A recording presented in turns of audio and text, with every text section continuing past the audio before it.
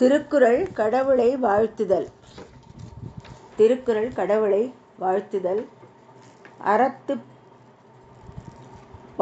பாயிரவியல். அறத்துப்பால் பாயிரவியல். அதிகாரம் 1. கடவுள் வாழ்த்து.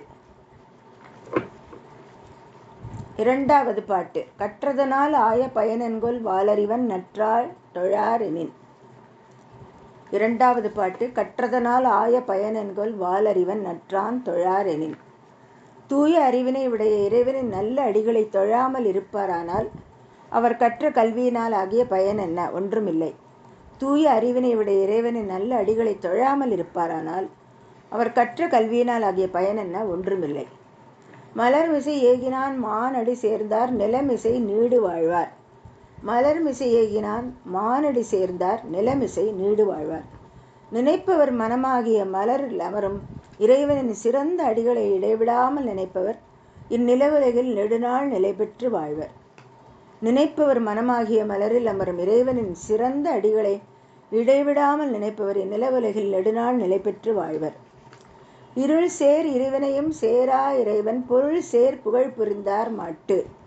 இருள் சேர் இருவினையும் சேரா இறைவன் பொருள் சேர் புகழ் புரிந்தார் மாட்டு.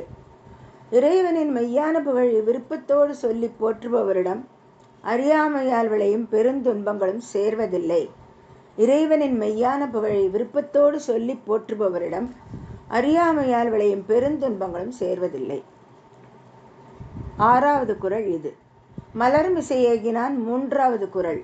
மலர்மிசை ஏகினான் மூன்றாவது. இருள் சேர் இருவினையும் ஐந்தாவது குறள். இருள் சேர் இருவினையும் ஐந்தாவது. பொறிவாயில் ஐந்தவித்தான் பொய்தீர் ஒழுக்க நெறி நின்றார் நீடு வாழ்வார். ஆறாவது குறள்.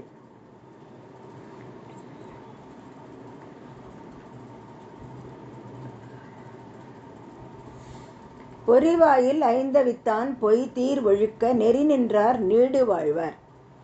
ஐம்பொறிகளின் வழியாக பிறக்கும் ஐவகை ஆசைகளையும் விட்ட இறைவனது பொய்யற்ற ஒழுக்க நெறியில் நின்றவர் நெடுநாள் நிலை பெற்று வாழ்வர்.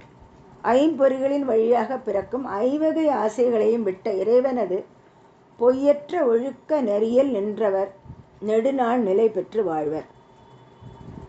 கோளில் பொறியியற் குணம். 9வது பாட்டு. கோளில் பொறியியற் குணம். 9வது பாட்டு. கோளில் பொறியியற் குணம் இலவே எண்குணத்தான் தாளை வணங்கா தலை. கோளில் பொறியியற் குணம் இலவே எண்குணத்தான் தாளை வணங்கா தலை.